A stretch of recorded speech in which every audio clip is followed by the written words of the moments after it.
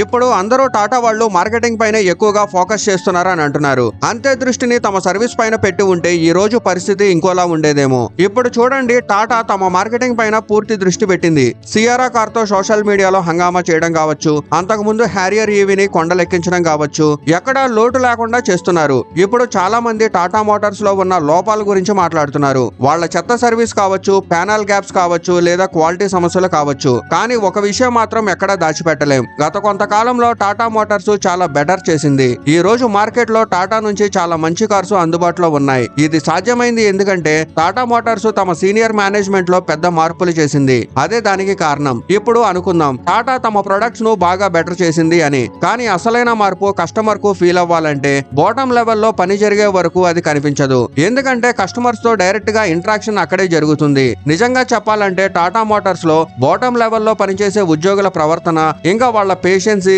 అలాగే వాళ్ళ work quality అంతగా బాగోలేదు. దీని వల్ల కస్టమర్స్ కు పదే పదే సమస్యలు ఎదురవుతుంటాయి. మల్టిపుల్ విజిట్స్ చేయాల్సి వస్తుంది. కాబట్టి మార్కెట్ లో నిజమైన బెటర్మెంట్ తీసుకురావాలంటే టాటా అక్కడే పని చేయాల్సిందేమో. మీకేమైనా ఇలాంటి ఎక్స్పీరియన్స్ ఉంటే కామెంట్ లో షేర్ చేయండి.